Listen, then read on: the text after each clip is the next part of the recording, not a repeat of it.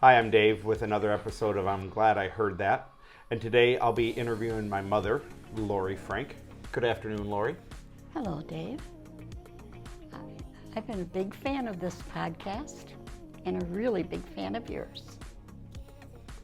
And I'm sure my mom has smashed our like button and also hit subscribe. So if you could be like Lorre and do that too and become a real fan of the podcast and myself, all obviously.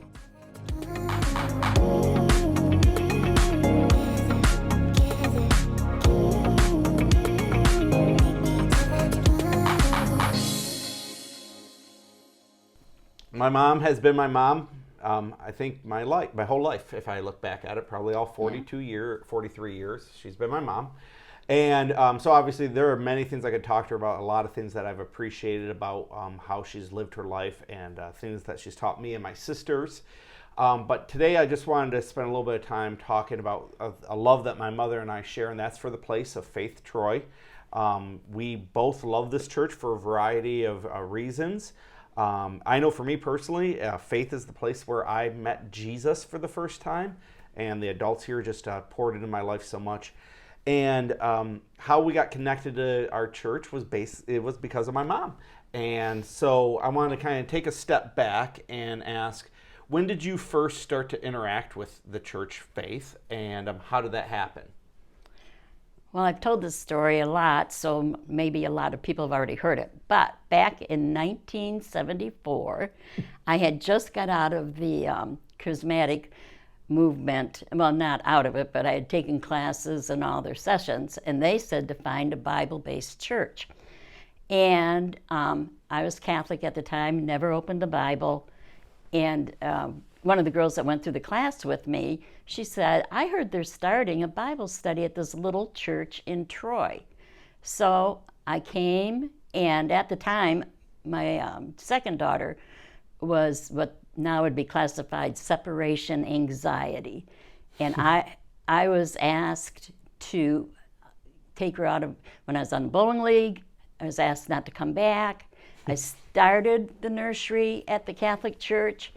The very first Sunday, that afternoon, I got a call, and they asked me not to bring her back. So she was pretty well attached right to my hip. We came in the building. They had it was with the Kinkle now, and we had a little accordion curtain. And to this day, I don't even remember handing her off.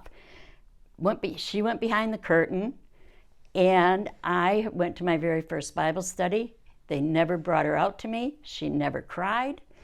When I went home, I told her, Dad, the Holy Spirit's in that place. And that started my love of Wednesday mornings at Faith.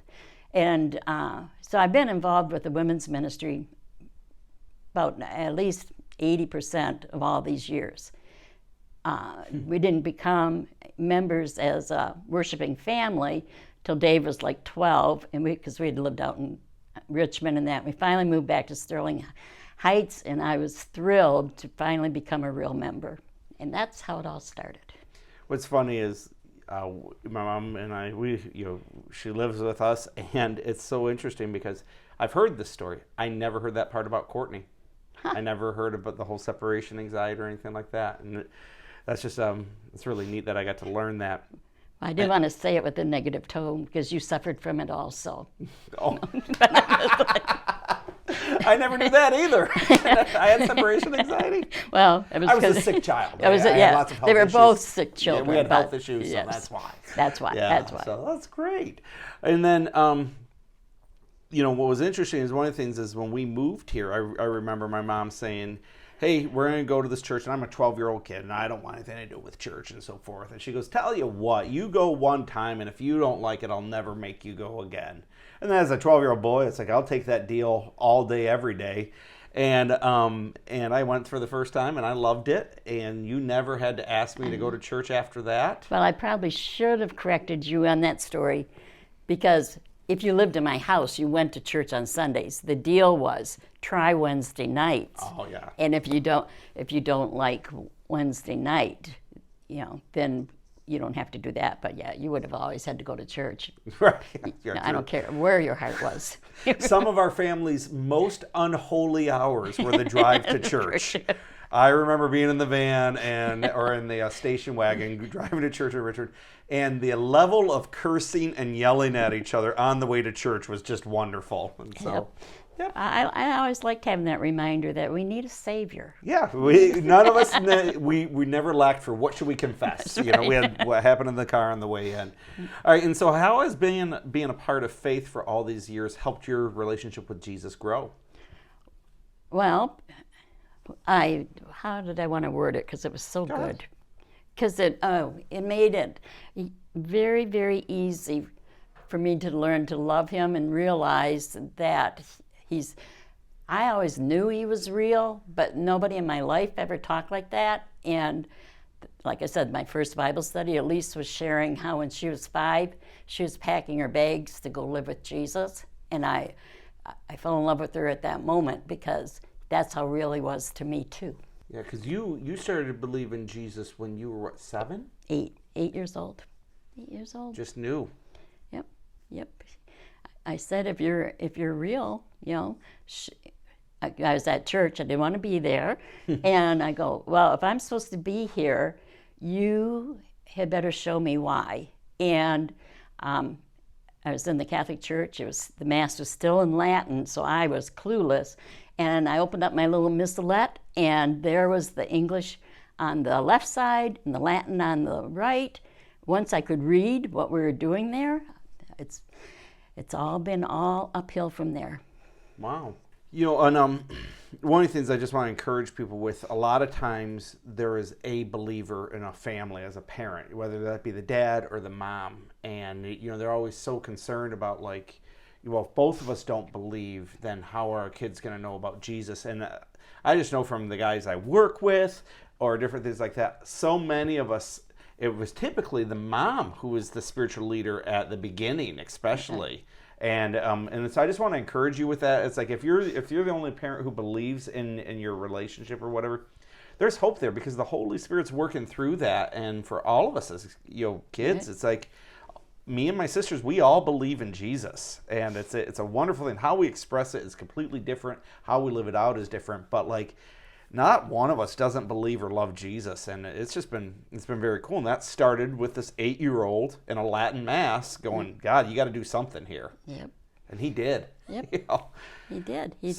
And that, and again, for all the young moms, that was my only focus, as I wanted my kids to grow up to be believers.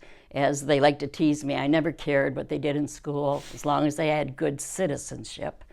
And so then as they've all grown and I can see that they're all believers, I just walk around like a real success. You know, it's funny because she really did not care about her grades. Like, I can't emphasize this enough. But if I got like a bad citizenship, now I was always getting in trouble for talking in class or whatever. But like if I did anything that was rude or mean, there was like a line, and if you crossed it, you would go scorched earth on us. Just the look, not physically. Mm-hmm. So lately, as we've been talking about at the church, belong, believe, become. Right, and that is what we are trying to do as a strategy here to live out our mission. And our mission is like, how do we bring Jesus into every relationship, right? And so we're approaching that from this idea of like, we want to create belonging so that people can believe, and then as they believe, Jesus is going to lead them to change. And Jesus wants to deal with all those things, but the most important thing he wants to deal with is their heart and let them know that they're loved, right? And so as I've gotten to take on the role of leading our hospitality team here, it's been really exciting. It's been cool. I'm learning all sorts of new things, growing in a different skill set. And I've been noticing you have been taking a lot of initiative to help people feel like they're welcomed here. And so what are some of the things that you have personally just said, I'm doing this here to help people feel welcome? During COVID, I got to really rethink of what was important to me. And it's being in this building with my faith, but I can have my faith anywhere. And when I'm in here, it's just like, I tease my daughter-in-law, it's my Disney. I look forward to coming. I love everybody that walks in the door. And my spiritual growth has always come from either a bumper sticker or a commercial. And one of the commercials that triggered this love was Jello used to say, treat your family like friends and your friends like family. And so through that, the word hospitality came up. And when I'm reading my Bible, that's the word that I'll focus on quite a bit.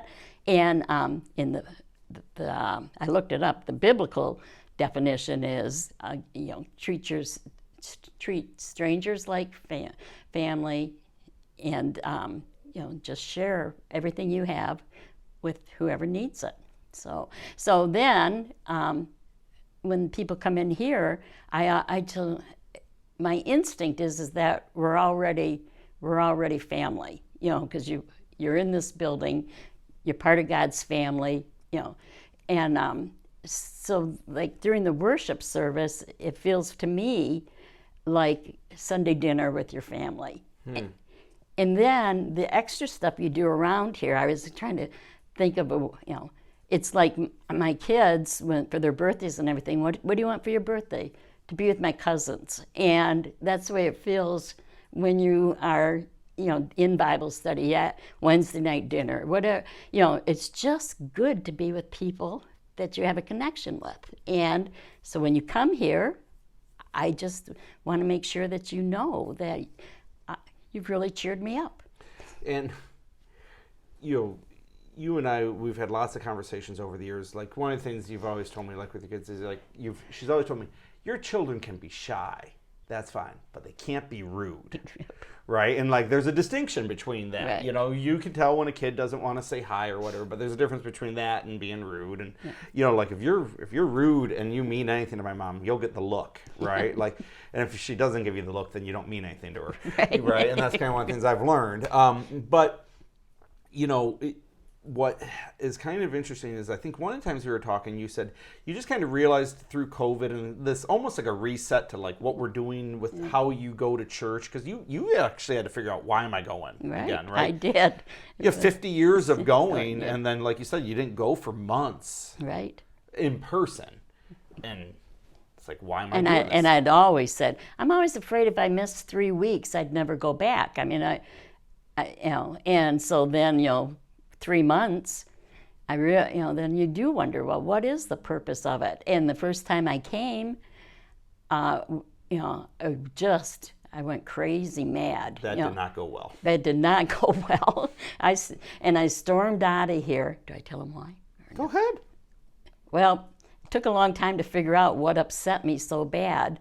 And then when I calmed down, it was because they put up on the screens, sit in the green rows, which I knew we were supposed to sit at, but the thought of somebody telling me to do anything, I was out of there. I was out. And so finally, when I did come back with a better attitude, and then I just to feel the energy of being with other believers, and to have the opportunity to really just sit and have nothing else to do but worship, I was all in.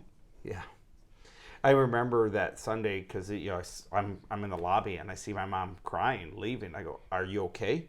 And she wouldn't talk to me. I go, was someone mean to you? Because I was going to go, kill him or whatever I would do as a son.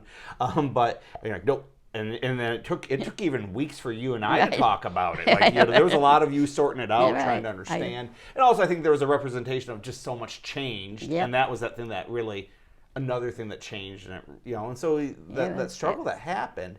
Yeah. But after that, like you said, you come, your attitude changes, God changes your heart. You come in, and now you're like super engaged. And what I have seen is this level of personal ownership. You are behaving just like this is your church. This is your place. And so, it's easy to say someone should, right? Someone should, you'll be at the doors welcoming people, right? Someone should talk to someone when no one's talking to them, right? And that's a very easy thing to do, and the heart behind it's good and the intention's good. Right. But you just said, if I see it, it's me. Yep. And that's because it dawned on me that I'm at a point in my life, if I don't do what I want to do now, I'm never going to. And I've always wanted people to be as excited about this place as I am. And just again, because it makes the word so relevant to your life, and I don't express as well, but we really do have everything we need. And I always think when we're in here, everybody assumes the same thing, because the word joy is very important to me. And when I was younger, I had an aunt that always signed everything Joy, Jesus over you, or no, Jesus, others in you. As I got older, I realized that real joy is realizing that Jesus is over me. And again, so anyway, then I just take off because I love, I just love talking to everybody in here, and then I kind of get taken aback that not everybody understands that there's real joy. There's real joy But anyway, so this is my chance to just work the room. And one time we were at a new church, and somebody said hello to me, and a genuine hello, and it was just so nice. It was really nice, and then and the kids are in school in there, so we joined, and come to find out that lady who really made it a pleasant experience was like the church kook. And so I thought, you know what? If that's what it's going to say on my tombstone, the church kook, I'm there. I'm not worried about it anymore. So one of the things that you started to do, and again, she's coming home telling me this. I go, you did what? I'm just completely shocked. Is so explain the Sunday after church lunch. Well, I always like to go to lunch after church, and so I just ask people, that it might be most of them have been just acquaintances, and now 3 months in, I got my Sunday lunch bunch. But so anybody, I just say to people when I see, just meet me at the Welcome Center and we'll decide where to go. And so that's been the highlight of my week, is just sit around for about 90 minutes, just having good conversation. And these are people that you don't know well or at all, right? Exactly. And and then what's been good since COVID too is a lot of people that I've worshipped with for a zillion years, and we've just never been in the same place at the same time, or had different interests, and I'm getting to meet and get to know women that have been here as long as I have, and I'm even learning their names and remembering them. Yeah, not bad. Yeah. And the people who get invited to this, what is some of the feedback they've given to you? Do they appreciate it? Well, that's a hard question, because you of all people should know not too many people get a word in. So I don't know what they really think, but they come back, and we have some really good, fun conversations. Yeah, you drive home from the lunch, we're like, well, that was great for me. Yep. I don't know about anyone else, but I had a good time. And that's why life's gotten so good for me, because that's the only one I care about. I want lunch, and if you want to join me, I'd love to share it. Yeah, so we just celebrated your 73rd birthday? 74th. 74. Yeah. 74th birthday. And you've been at this church for almost 50 years. And you just recently joined my hospitality team. Why did you decide to do that? Well, I was waiting for you to ask me, because you knew I had a gift. But then he never asked. And like I said, this is my last chance, so if I want to do it, I had to step up. Thank you for supporting me while inflicting guilt. It's a gift. It's really a gift. It really is. So, one of the other things that you've been doing is, the senior adult lunch, because now they've switched to catering, and so it's like it's a ticketed event, right? You have to show up, you have to buy a ticket in advance to go to the senior adult lunch. And I mean, the senior adult lunch is a wonderful thing. 100 people, once a month on a Wednesday gather, Bible study, songs, table, conversation. And recently you bought a ticket not knowing who you were going to invite, right? Yep. And then how did you decide who to invite? I kept asking people. Somebody said yes. And then they didn't show. But it was like, Well, hey, at least you got 2 meals. I just do what I is on my heart, and what can I do? Yeah. I tried. But yeah, but then too the other part that I've always felt, it's one thing to be inviting somebody, especially your first time in. I am the kind of person, I'll go anywhere by myself, because again, I like to enjoy myself. Mm-hmm. And then, but a lot of people don't like, it's uncomfortable just to go to a strange place. So I always say, and sit with me, I'll be, and then I'm late and forget to save a seat, but I always put. But really though, I mean, I don't invite somebody if I don't want to make sure that the whole experience is comfortable for them. Yeah. Recently, we done 2 things together here that are pretty cool. So this summer, my wife and I, another family, and my mom, we hosted a neighborhood meetup, right? And so we flyered 50 homes around us, and the one family did half the houses, we did the other half. And then, said, hey, RSVP to this email address if you're coming, and we'll provide, some bratwurst. Everyone bring a dish of pass and your own drinks. And we ended up with, I think, 12 or 14 homes represented. And what was so cool is our subdivision is kind of like in the middle of the flip. You got the OGs, right, the people who have been there since like 1984 who built these houses, or 86. And then you have younger families like us moving in.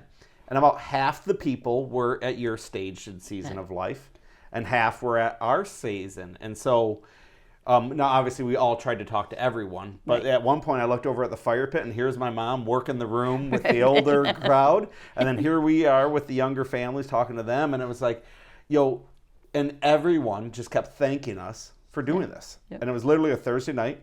We opened our house and we gave them some food and we hung out, and people thought it was great. Yeah, it was really, really an enjoyable night. And just recently, and I think my mom and I are onto something, so she's taking me out for my birthday dinner, and we decided, she goes, is there someone you would like to invite to that dinner? I'm like, Sorry, Corey. And so,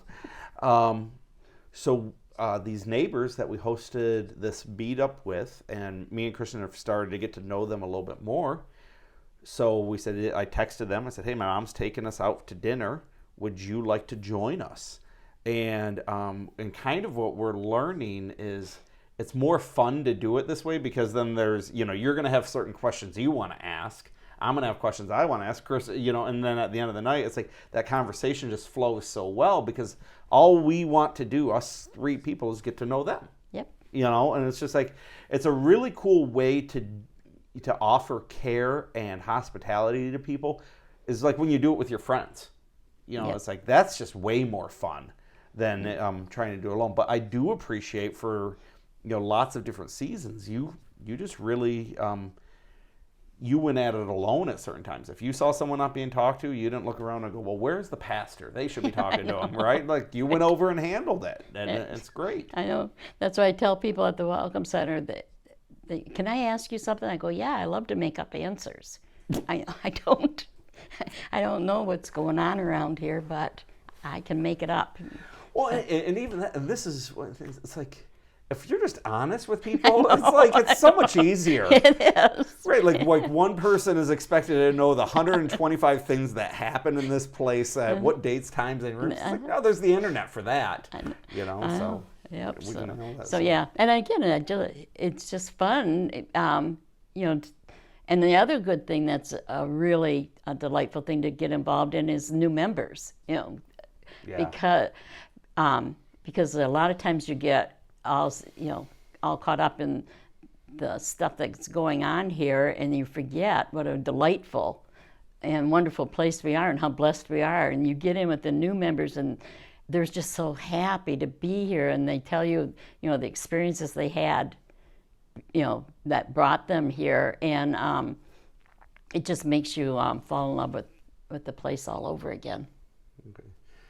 So kind of like the last thing I want to talk to you about is that over the years you've taught a lot of different classes, right? And a lot, especially in the women's ministry world, you've taught a lot of classes. You've led a lot of things, and you've kind of figured some things out. And you brought one of your props here to talk about this. So that was more for me. okay, But, okay, because I said now I brought it for me because it's been my goal that anybody that spent 3 weeks with me, I remind them that I start my classes off like this because I say I have to wear this because I've known since I was 8 years old that I'm a princess, and because my Heavenly Father's the King. And I wear sunglasses, and I've had all kinds of them through the years. But anyway, they're called my Jesus specs. And the minute I put these on and I look across the room, I can see Jesus, in everybody. So I try to give everybody a crown and send it. So then the other day it dawned on me, hey, nobody still really go, oh, Princess Lorre. So I'm just setting them here now to remind me I know who I am. And I'd be glad to share it with you. thank you so much. And what I'm most proud of is my 3 sisters will get to know for the rest of our lives that I was able to capture some of my mom's heart and share it with the world on the interwebs. And long after you're gone, I'll get to play this interview for them and be like, oh, did you take that time with Mom? I did. Right. Yeah, but that's not the only thing you'll be able to say that about. Yeah, true. So it's been very easy to be my mother's favorite in our family. I'll say that. So. And he's also his sister's favorites too. It's not like this is something odd. Yep, so, well, that's wonderful. All right, well, thank you so much for stopping by and here, and I'm glad that I heard that. And I would also like to encourage you to use our subscription, subscribe to our channel and then hit the like button. But also, if you're someone who's been at this church for a long period of time and there's these places that you could say, it'd be really nice if people did this for other people here, we want to encourage you just to start trying that. And it is never a mistake to care for another person. And so if you can figure out ways to do that in your own expression and how you're wired up, I just want to encourage you to do that, because as people experience friendliness and as they experience warmth, they're going to go, what's different here? Right. And that changes everything for us. So thank you so much for your time. And Mom, thank you. Oh, my pleasure, kind of. Thank you. Thank you.